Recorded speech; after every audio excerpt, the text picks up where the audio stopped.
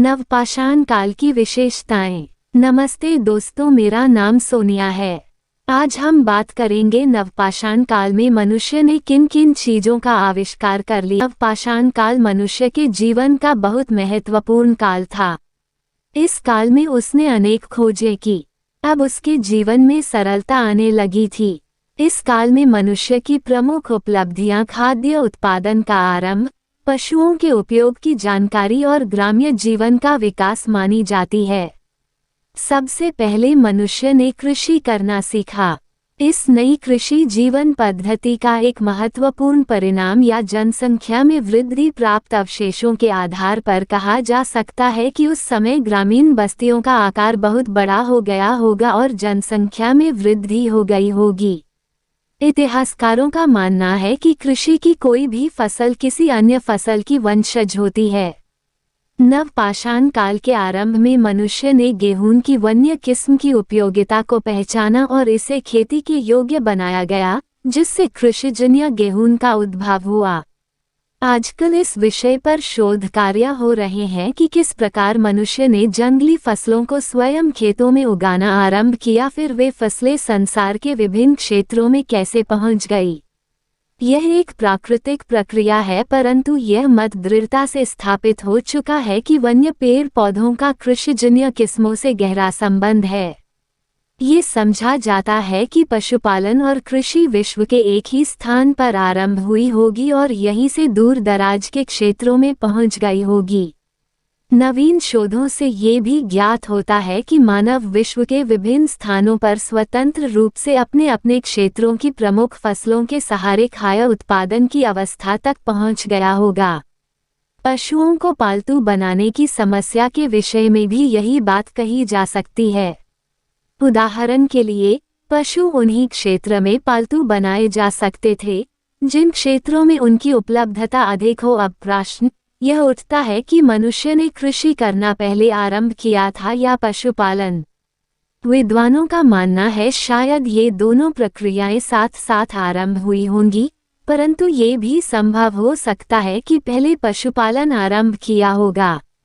भारत में सिंध और बलूचिस्तान की सीमा पर कच्छ मैदान में मेहरगढ़ नामक स्थान से कृषि व फसलों का पहला प्रमाण प्राप्त हुआ है।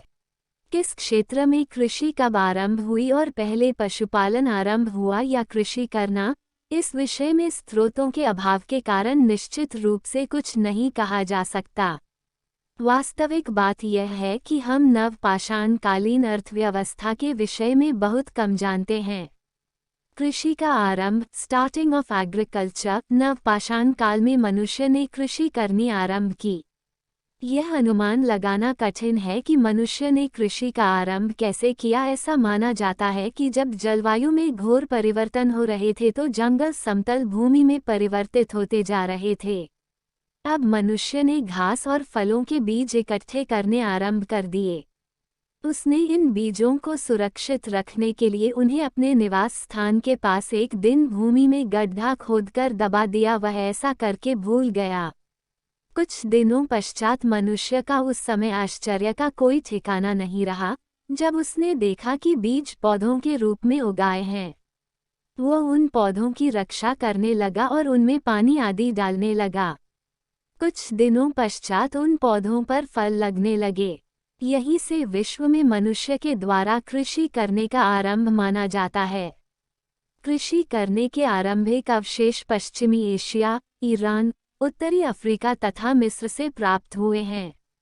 कृषि के द्वारा मनुष्य गेहूं, चावल, जौ, चना, मक्का, दालें तथा विभिन्न प्रकार की सब्जियों व फल आदि उगाता था। कृषि करने से मनुष्य के जीवन में स्थिरता आ गई थी। आरंभ में वह हाथ से कृषि करता था, परंतु धीरे धीरे उसने पशुओं का प्रयोग भी आरंभ कर दिया।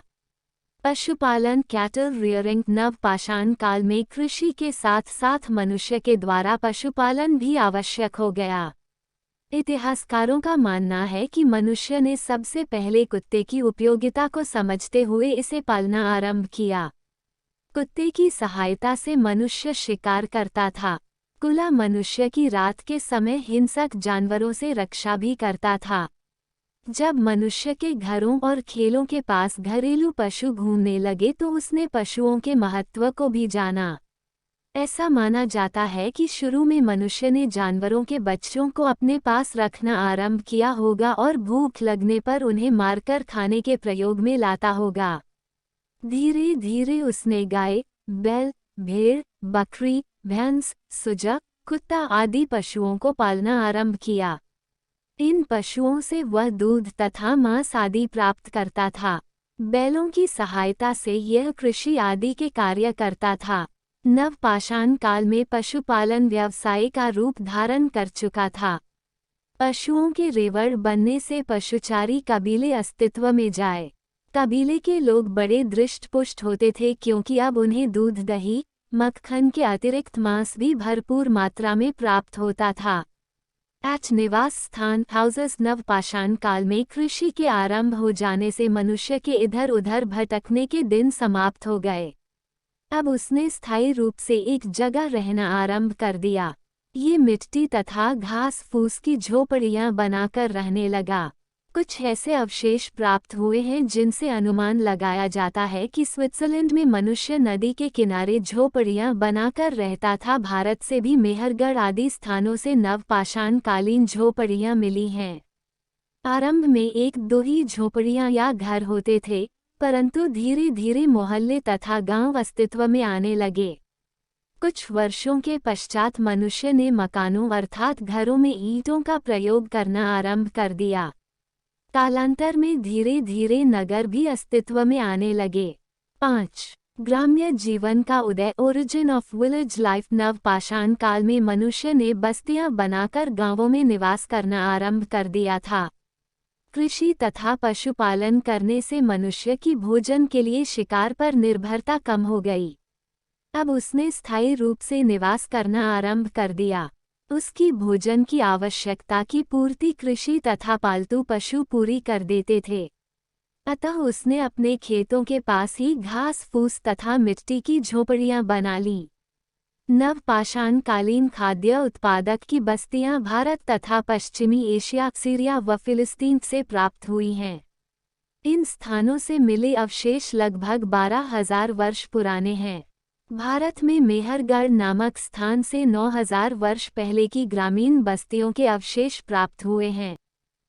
खान पान फूड एंड ड्रिंक विद्वानों के अनुसार कृषि के आरंभ हो जाने से नवपाषाण काल में मनुष्य ने अपने खेतों में अनाज व फल उगाकर खाना आरंभ कर दिया।